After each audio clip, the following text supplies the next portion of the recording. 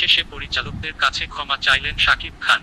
রোববার সন্ধ্যা 7:30টার দিকে চলচ্চিত্র পরিচালক সমিতি সহ এফডিসির 13টি সংগঠনের কাছে ক্ষমা চাইলেন অভিনেতা শাকিব খান।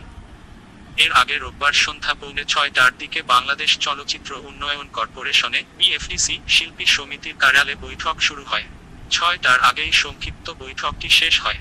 বাংলাদেশ চলচ্চিত্র উন্নয়ন কর্পোরেশনে বিএফডিসি শিল্পী সমিতির কার্যালয়ে বৈঠক শুরু হয়। 6টার আগেই সংক্ষিপ্ত বৈঠকটি শেষ হয়।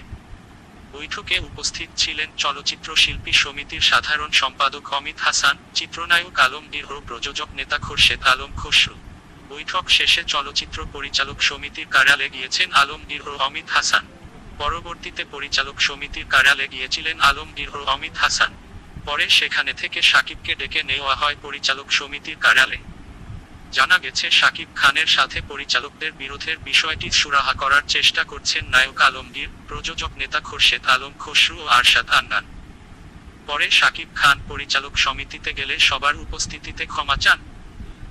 এ সময় সেখানে উপস্থিত ছিলেন চিত্রনায়ক আলমগীর, সোহেল রানা, অমিত হাসান, প্রযোজক সমিতির নেতা খোরশেদ আলম খসরু, চলচ্চিত্র পরিচালক সমিতির সভাপতি মুশফিকুর রহমান গুলজার ও সাধারণ সম্পাদক বদিউল আলম খোকন সহ 13টি সংগঠনের নেতারা। ধন্যবাদ সবাইকে। এরকম আরও খবর পেতে আমার চ্যানেলটি সাবস্ক্রাইব করুন।